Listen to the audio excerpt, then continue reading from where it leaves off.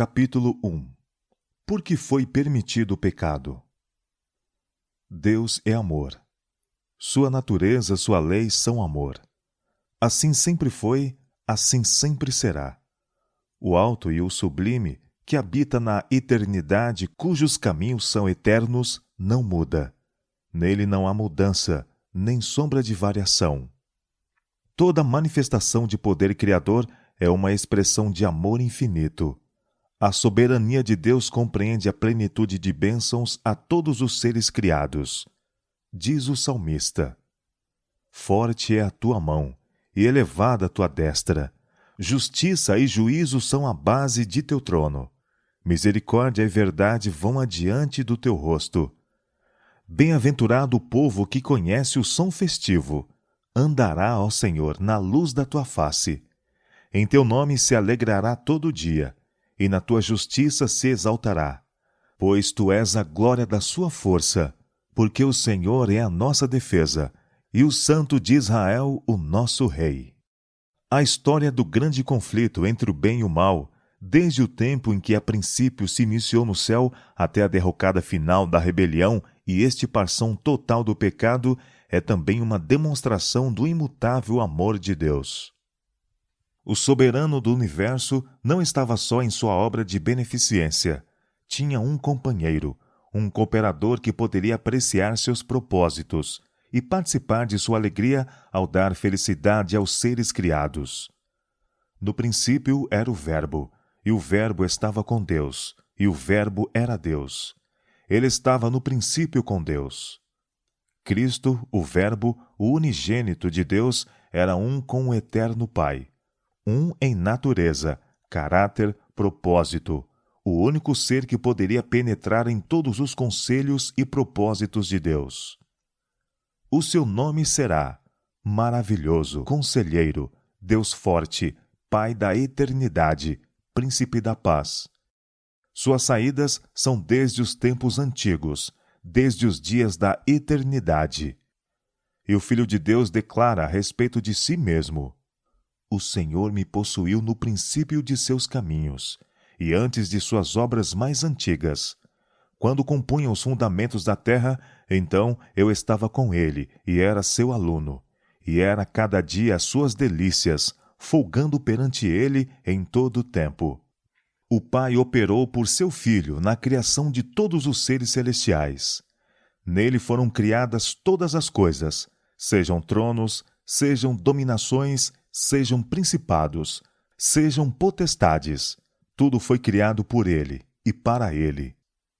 Os anjos são ministros de Deus, radiantes pela luz que sempre flui de sua presença e céleres no voo para executarem sua vontade. Mas o Filho, o ungido de Deus, a expressa imagem de sua pessoa, o resplendor da sua glória, sustentando todas as coisas pela palavra do seu poder, tem a supremacia sobre todos eles. Um trono de glória, posto bem alto desde o princípio, foi o lugar de seu santuário. Cetro de equidade é o cetro de seu reino. Glória e majestade estão ante a sua face, força e formosura no seu santuário. Misericórdia e verdade vão adiante do seu rosto.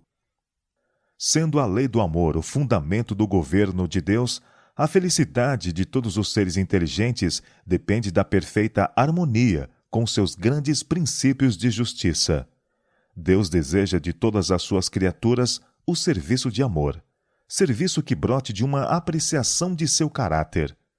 Ele não tem prazer na obediência forçada, e a todos concede vontade livre para que lhe possam prestar serviço voluntário. Enquanto todos os seres criados reconheceram a lealdade pelo amor, houve perfeita harmonia por todo o universo de Deus. Era a alegria da hoste celestial cumprir o propósito do Criador. Deleitavam-se em refletir a sua glória e patentear o seu louvor. E enquanto foi supremo o amor para com Deus, o amor de uns para com os outros foi cheio de confiança e abnegado. Nenhuma nota discordante havia para deslustrar as harmonias celestiais. Sobreveio, porém, uma mudança neste estado de felicidade. Houve um ser que perverteu a liberdade que Deus concedera às suas criaturas. O pecado originou-se com aquele que, abaixo de Cristo, fora o mais honrado por Deus, e o mais elevado em poder e glória entre os habitantes do céu. Lúcifer, filho da alva, era o primeiro dos querubins cobridores, santo, incontaminado. Permanecia na presença do grande Criador, e os incessantes raios de glória que cercavam o eterno Deus repousavam sobre ele. Assim diz o Senhor Jeová: Tu és o aferidor da medida, cheio de sabedoria e perfeito em formosura. Estavas no Éden, jardim de Deus. Toda pedra preciosa era a tua cobertura. Tu eras querubim ungido para proteger, e te estabeleci. No monte santo de Deus estavas. No meio das pedras afogueadas andavas. Perfeito eras nos teus caminhos, desde o dia em que foste criado, até que se achou iniquidade em ti. Pouco a pouco, Lúcifer veio a condescender com desejo de exaltação própria. Dizem as Escrituras: Elevou-se o teu coração por causa da tua formosura, corrompeste a tua sabedoria por causa do teu resplendor. Tu dizias no teu coração: Acima das estrelas de Deus exaltarei o meu trono, serei semelhante ao Altíssimo. Se bem que toda a sua glória proviesse de Deus, este poderoso anjo veio a considerá-la como pertencente a si próprio. Não contente com sua posição, embora fosse mais honrado do que a hoste celestial, arriscou-se a cobiçar a homenagem devida unicamente ao Criador. Em vez de procurar fazer com que Deus fosse o alvo supremo das afeições e fidelidade de todos os seres criados, consistiu seu esforço em obter para si o serviço e lealdade deles. E, cobiçando a glória que o infinito Pai conferira a seu Filho, este príncipe dos anjos aspirou ao poder que era a prerrogativa de Cristo apenas. Quebrantou-se então a perfeita harmonia do céu. A disposição de Lúcifer para servir a si mesmo, em vez de ao Criador, suscitou um sentimento de apreensão ao ser observada por aqueles que consideravam dever a glória de Deus ser suprema. No conselho celestial, os anjos insistiam com Lúcifer. O Filho de Deus apresentou perante ele a grandeza, a bondade e a justiça do Criador, e a natureza imutável, sagrada de sua lei. O próprio Deus estabelecera a ordem do céu, e desviando-se dela, Lúcifer desonraria o seu Criador e traria a ruína sobre si. Mas a advertência, feita com amor e misericórdia infinitos, apenas despertou espírito de resistência. Lúcifer consentiu que prevalecessem seus sentimentos de inveja para com Cristo e se tornou mais decidido. Disputar a supremacia do Filho de Deus, desafiando assim a sabedoria e amor do Criador, tornara-se o propósito desse príncipe dos anjos. Para tal objetivo, estava ele a ponto de aplicar as energias daquela mente superior, que abaixo da de Cristo era a primeira dentre os exércitos de Deus. Mas aquele que queria livres as vontades de todas as suas criaturas, a ninguém deixou desprevenido quanto ao sofisma desconcertante por meio do qual a rebelião procuraria justificar-se. Antes que se iniciasse a grande luta, todos deveriam ter uma apresentação clara a respeito da vontade daquele cuja sabedoria e bondade eram a fonte de toda a sua alegria. O Rei do Universo convocou os exércitos celestiais perante ele, para, em sua presença, apresentar a verdadeira posição de seu filho e mostrar a relação que este mantinha para com todos os seres criados. O Filho de Deus partilhava do trono do Pai, e a glória do Ser Eterno, existente por si mesmo, rodeava a ambos. Em redor do trono reuniam-se os santos anjos, em uma multidão vasta, inumerável, milhões de milhões e milhares de milhares, estando os mais exaltados anjos, como ministros e súditos, a regozijar-se na luz que da presença da divindade caía sobre eles. Perante os habitantes do céu reunidos, o rei declarou que ninguém, a não ser Cristo, o unigênito de Deus, poderia penetrar inteiramente em seus propósitos, e a ele foi confiado executar os poderosos conselhos de sua vontade. O Filho de Deus executara a vontade do Pai na criação de todos os exércitos do céu, e a ele, bem como a Deus, eram devidas as homenagens e fidelidade daqueles. Cristo ia ainda exercer o poder divino na criação da terra e de seus habitantes. Em tudo isto, porém, não procuraria poder ou exaltação para si mesmo, contrários ao plano de Deus, mas exaltaria a glória do Pai e executaria seus propósitos de beneficência e amor. Os anjos alegremente reconheceram a supremacia de Cristo e, prostrando-se diante dele, extravasaram seu amor e adoração. Lúcifer curvou-se com eles, mas em seu coração havia um conflito estranho, violento. A verdade, a justiça e a lealdade estavam a lutar contra a inveja e o ciúme. A influência dos santos anjos pareceu por algum tempo levá-lo com eles. Ao acender os cânticos de louvores, em melodiosos acordes, avolumados por milhares de alegres vozes, o espírito do mal pareceu subjugado. Indizível amor fazia fremir todo o seu ser. Em concerto com os adoradores destituídos de pecado, expandia-se-lhe a alma em amor para com o Pai e o Filho. De novo, porém, achou-se repleto de orgulho por sua própria glória. Voltou-lhe o desejo de supremacia, e uma vez mais condescendeu com a inveja de Cristo. As altas honras conferidas a Lúcifer não eram apreciadas como um dom especial de Deus, e, portanto, não provocavam gratidão para com seu Criador. Ele se gloriava em seu fulgor e exaltação, e aspirava a ser igual a Deus. Era amado e reverenciado pelo exército celestial. Anjos se deleitavam em executar suas ordens, e estava ele revestido de sabedoria e glória mais do que todos eles. Contudo, o Filho de Deus era mais exaltado do que ele, sendo um em poder e autoridade com o Pai. Partilhava dos conselhos do Pai, enquanto Lúcifer não penetrava assim nos propósitos de Deus. Por quê? Perguntava este poderoso anjo. Deveria Cristo ter a primazia? Porque ele é mais honrado do que Lúcifer. Deixando seu lugar na presença imediata do Pai, Lúcifer saiu a difundir o espírito de descontentamento entre os anjos.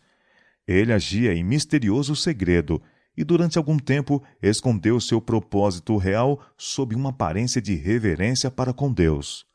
Começou a insinuar dúvidas com respeito às leis que governavam os seres celestiais, dando a entender que, conquanto pudessem as leis ser necessárias para os habitantes dos mundos, não necessitavam de tais restrições os anjos, mais elevados por natureza, pois que sua sabedoria era um guia suficiente. Não eram eles seres que pudessem acarretar desonra a Deus. Todos os seus pensamentos eram santos. Não havia para eles maior possibilidade de errar do que para o próprio Deus. A exaltação do Filho de Deus à igualdade com o Pai foi representada como sendo uma injustiça a Lúcifer, o qual, pretendia-se, tinha também direito à reverência e à honra. Se este príncipe dos anjos pudesse tão somente alcançar a sua verdadeira e elevada posição, grande bem resultaria para todo o exército do céu. Pois era seu objetivo conseguir liberdade para todos. Agora, porém, mesmo a liberdade que eles até ali haviam gozado tinha chegado ao seu fim, pois lhes havia sido designado um governador absoluto, e todos deveriam prestar homenagem à sua autoridade. Tais foram os erros sutis que, por meio dos ardis de Lúcifer, estavam a propagar-se rapidamente nos passos celestiais. Não tinha havido mudança alguma na posição ou autoridade de Cristo. A inveja e falsa representação de Lúcifer, bem como sua pretensão à igualdade com Cristo, tornaram necessária uma declaração a respeito da verdadeira posição do Filho de Deus. Mas esta havia sido a mesma desde o princípio. Muitos dos anjos, contudo, ficaram cegos pelos enganos de Lúcifer.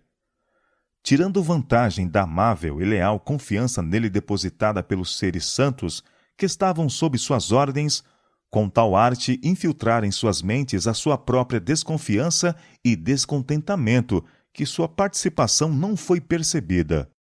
Lúcifer havia apresentado os propósitos de Deus sob uma falsa luz, interpretando-os mal e torcendo-os, de modo a excitar a dissensão e descontentamento. Astuciosamente levou os ouvintes a dar expressão aos seus sentimentos. Então eram tais expressões repetidas por ele quando isto servisse aos seus intuitos, como prova de que os anjos não estavam completamente de acordo com o governo de Deus. Ao mesmo tempo em que, de sua parte, pretendia uma perfeita fidelidade para com Deus, insistia que modificações na ordem e leis do céu eram necessárias para a estabilidade do governo divino. Assim, enquanto trabalhava para provocar oposição à lei de Deus e infiltrar seu próprio descontentamento na mente dos anjos sob seu mando, ostensivamente estava ele procurando remover o descontentamento e reconciliar anjos desafetos com a ordem do céu. Ao mesmo tempo em que secretamente fomentava a discórdia e a rebelião, com sua astúcia consumada, fazia parecer como se fosse seu único intuito promover a lealdade e preservar a harmonia e a paz. O espírito de descontentamento que assim se acendera estava a fazer sua obra funesta. Conquanto não houvesse uma insurreição declarada, a divisão de sentimentos imperceptivelmente crescia entre os anjos. Alguns havia que olhavam com favor para as insinuações de Lúcifer contra o governo de Deus. Posto que tivesse estado até ali em perfeita harmonia com a ordem que Deus estabelecera, achavam-se agora descontentes e infelizes, porque não podiam penetrar seus conselhos insondáveis. Não estavam satisfeitos com seu propósito de exaltar a Cristo. Estes se encontravam prontos para apoiar a exigência de Lúcifer para ter autoridade igual à do Filho de Deus. Entretanto, anjos que eram fiéis e verdadeiros sustentavam a sabedoria e justiça do decreto divino e se esforçavam por reconciliar este ser desafeto com a vontade de Deus. Cristo era o Filho de Deus, tinha sido um com ele antes que os anjos fossem chamados à existência. Sempre estivera ele à destra do Pai. Sua supremacia, tão cheia de bênção a todos os que viam sob seu domínio benigno, não havia até então sido posta em dúvida. A harmonia do céu nunca fora interrompida. Por que deveria agora haver discórdia? Os anjos fiéis apenas podiam ver consequências terríveis para esta dissensão, e com rogos ansiosos aconselhavam os que estavam desafetos a renunciarem seu intuito e se mostrarem leais para com Deus pela fidelidade ao seu governo. Com grande misericórdia, de acordo com o seu caráter divino, Deus suportou longamente a Lúcifer. O espírito de descontentamento e desafeição nunca antes havia sido conhecido no céu. Era um elemento novo, estranho, misterioso, inexplicável. O próprio Lúcifer não estivera a princípio ciente da natureza verdadeira de seus sentimentos. Durante algum tempo receou exprimir a ação e imaginações de sua mente. Todavia, não as repeliu. Não via para onde se deixava levar. Entretanto, esforços quais somente o amor e a sabedoria infinitos poderiam imaginar foram feitos para convencê-lo de seu erro. Provou-se que sua desafeição era sem causa e fez-lhe ver qual seria o resultado de persistir em revolta. Lúcifer estava convencido de que não tinha razão. Viu que justo é o Senhor em todos os seus caminhos e santo em todas as suas obras, que os estatutos divinos são justos e que, como tais, ele os deveria reconhecer perante todo o céu. Houvesse ele feito isto, e poderia ter salvado a si mesmo e a muitos anjos. Ele não tinha naquele tempo repelido totalmente sua lealdade a Deus. Embora tivesse deixado sua posição como querubim cobridor, se contudo estivesse ele disposto a voltar para Deus, reconhecendo a sabedoria do Criador e satisfeito por preencher o lugar a ele designado no grande plano de Deus, teria sido reintegrado em suas funções. Chegado era o tempo para a decisão final. Deveria render-se completamente à soberania divina ou colocar-se em franca rebelião. Quase chegou à decisão de voltar, mas o orgulho o impediu disto. Era sacrifício demasiado grande para quem fora tão altamente honrado confessar que estivera em erro, que suas imaginações eram errôneas e render-se à autoridade que ele procurara demonstrar ser injusta. Um compassivo Criador sentindo terna piedade por Lúcifer e seus seguidores, procurava fazê-los retroceder do abismo de ruína em que estavam prestes a imergir. Sua misericórdia, porém, foi mal interpretada. Lúcifer apontou a longanimidade de Deus como uma prova de sua superioridade, como indicação de que o Rei do Universo ainda acederia às suas imposições. Se os anjos permanecessem firmes com ele, declarou, poderiam ainda ganhar tudo o que desejassem. Persistentemente defendeu sua conduta e entregou-se amplamente ao grande conflito contra seu Criador. Assim foi que Lúcifer, o portador de luz, aquele que participava da glória de Deus, que servia junto ao seu trono, tornou-se pela transgressão Satanás, o adversário de Deus e dos seres santos e destruidor daqueles a quem o céu confiou a sua guia e guarda. Rejeitando com desdém os argumentos e rogos dos anjos fiéis, acusou-os de serem escravos iludidos. A preferência mostrada para com Cristo declarou ele ser um ato de injustiça, tanto para si como para todo o exército celestial, e anunciou que não mais se sujeitaria a esta usurpação dos direitos, seus e deles. Nunca mais reconheceria a supremacia de Cristo. Resolvera reclamar a honra que deveria ter sido conferida a ele e tomar o comando de todos os que se tornassem seus seguidores. E prometeu àqueles que entrassem para suas fileiras um governo novo e melhor, sob o qual todos gozariam liberdade. Grande número de anjos deram a entender seu propósito de o aceitar como seu chefe. Lisonjeado pelo apoio com que suas insinuações eram recebidas, esperou conquistar todos os anjos para o seu lado, tornar-se igual ao próprio Deus e ser obedecido por todo o exército celestial. Os fiéis anjos ainda instavam com ele e com os que com ele simpatizavam, para que se submetessem a Deus. Apresentavam-lhes o resultado inevitável, caso se recusassem a isso. Aquele que os criara poderia subverter seu poder e castigar de maneira notável sua revoltosa ousadia. Nenhum anjo poderia com êxito opor-se à lei de Deus, que é tão sagrada como ele próprio. Advertiram todos a que fechassem os ouvidos ao raciocínio enganador de Lúcifer, e insistiram com este e seus seguidores para buscarem a presença de Deus sem demora e confessarem o erro de pôr em dúvida sua sabedoria e autoridade. Muitos estiveram dispostos a dar atenção a este conselho, arrepender-se de sua desafeição e procurar de novo ser recebido no favor do Pai e de seu Filho. Lúcifer, porém, tinha pronto outro engano.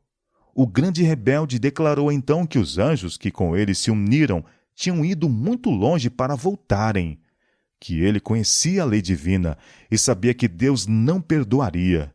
Declarou que todos os que se sujeitassem à autoridade do céu seriam despojados de sua honra, rebaixados de sua posição. Quanto a si, estava decidido a nunca mais reconhecer a autoridade de Cristo. A única maneira de agir que restava a ele e seus seguidores, dizia, consistia em vindicar sua liberdade e adquirir pela força os direitos que não lhes haviam sido de boa vontade concedidos. Tanto quanto dizia respeito ao próprio Satanás, era verdade que ele havia ido agora demasiado longe para que pudesse voltar. Mas não era assim com os que tinham sido iludidos pelos seus enganos.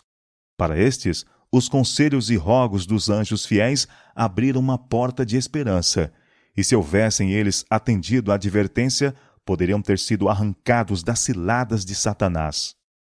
Mas ao orgulho, ao amor para com seu chefe e ao desejo de uma liberdade sem restrições, permitiu-se terem o domínio, e as instâncias do amor e misericórdia divinos foram finalmente rejeitadas. Deus permitiu que Satanás levasse avante sua obra, até que o espírito de desafeto amadurecesse em ativa revolta. Era necessário que seus planos se desenvolvessem completamente, a fim de que todos pudessem ver sua verdadeira natureza e tendência. Lúcifer, sendo o querubim ungido, fora altamente exaltado. Era grandemente amado pelos seres celestiais, e forte era sua influência sobre eles. O governo de Deus incluía não somente os habitantes do céu, mas de todos os mundos que ele havia criado. E Lúcifer concluiu que se ele pôde levar consigo os anjos do céu à rebelião, poderia levar também todos os mundos. Tinha ele artificiosamente apresentado a questão sob seu ponto de vista, empregando sofisma e fraude, a fim de conseguir seus objetivos. Seu poder para enganar era muito grande. Disfarçando-se sob a capa da falsidade, alcançara uma vantagem. Todos os seus atos eram de tal maneira revestidos de mistério que era difícil descobrir aos anjos a verdadeira natureza de sua obra. Antes que se desenvolvesse completamente, não poderia mostrar-se a coisa ruim que era. Sua desafeição não seria vista como sendo rebelião. Mesmo os anjos fiéis não podiam discernir-lhe completamente o caráter, ou ver para onde sua obra estava a levar.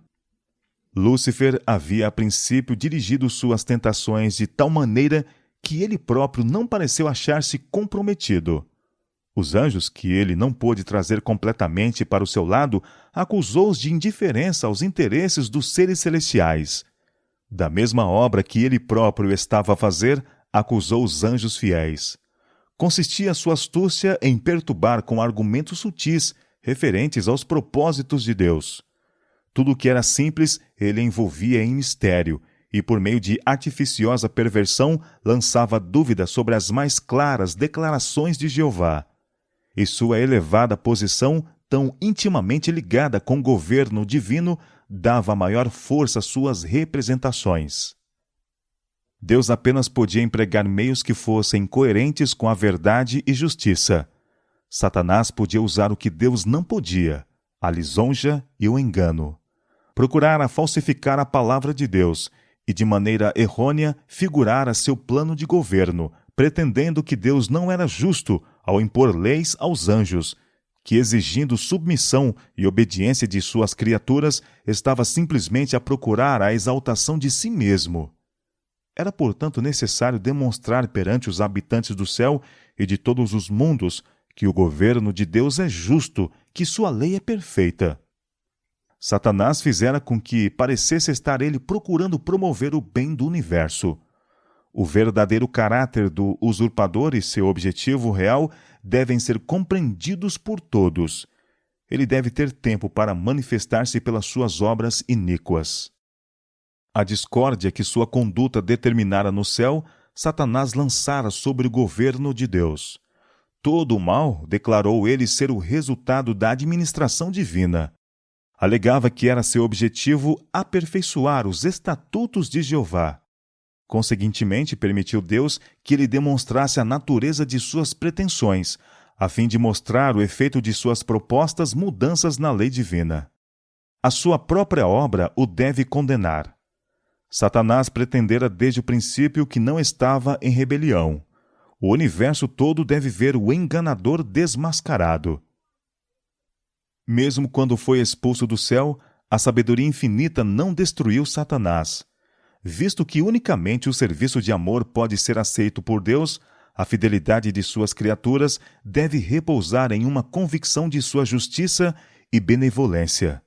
Os habitantes do céu e dos mundos, não estando preparados para compreender a natureza ou consequência do pecado, não poderiam ter visto então a justiça de Deus na destruição de Satanás. Houvesse ele sido imediatamente destruído, e alguns teriam servido a Deus pelo temor, em vez de o fazer pelo amor. A influência do enganador não teria sido completamente destruída. Tampouco o espírito de rebelião teria sido totalmente desarraigado. Para o bem do universo todo, através dos interminos séculos, ele deveria desenvolver mais completamente seus princípios, a fim de que suas acusações contra o governo divino pudessem ser vistas sob sua verdadeira luz, por todos os seres criados, e a justiça e a misericórdia de Deus, bem como a imutabilidade de sua lei, pudessem para sempre ser postas fora de toda a questão. A rebelião de Satanás deveria ser uma lição para o universo durante todas as eras vindouras, perpétuo testemunho da natureza do pecado e de seus terríveis resultados. A atuação do governo de Satanás, seus efeitos tanto sobre os homens como sobre os anjos, mostrariam qual seria o fruto de se pôr de parte a autoridade divina. Testificariam que, ligado à existência do governo de Deus, está o bem-estar de todas as criaturas que ele fez. Assim, a história desta terrível experiência com a rebelião seria uma salvaguarda perpétua para todos os seres santos, para impedir que fossem enganados quanto à natureza da transgressão, para salvá-los de cometer pecado e de sofrerem sua pena. Aquele que governa no céu é o que vê o fim desde o princípio, o ser perante o qual os mistérios do passado e do futuro estão igualmente expostos, e que, para além da miséria, trevas e ruína que o pecado acarretou, contempla o cumprimento de seus propósitos de amor e bênçãos. Se bem que nuvens e obscuridade estão ao redor dele, justiça e juízo são a base de seu trono. E isto os habitantes do universo, tanto fiéis como infiéis, compreenderão um dia. Ele é a rocha, cuja obra é perfeita, porque todos os seus caminhos juízos são. Deus é a verdade, e nele não há injustiça. Justo e reto é.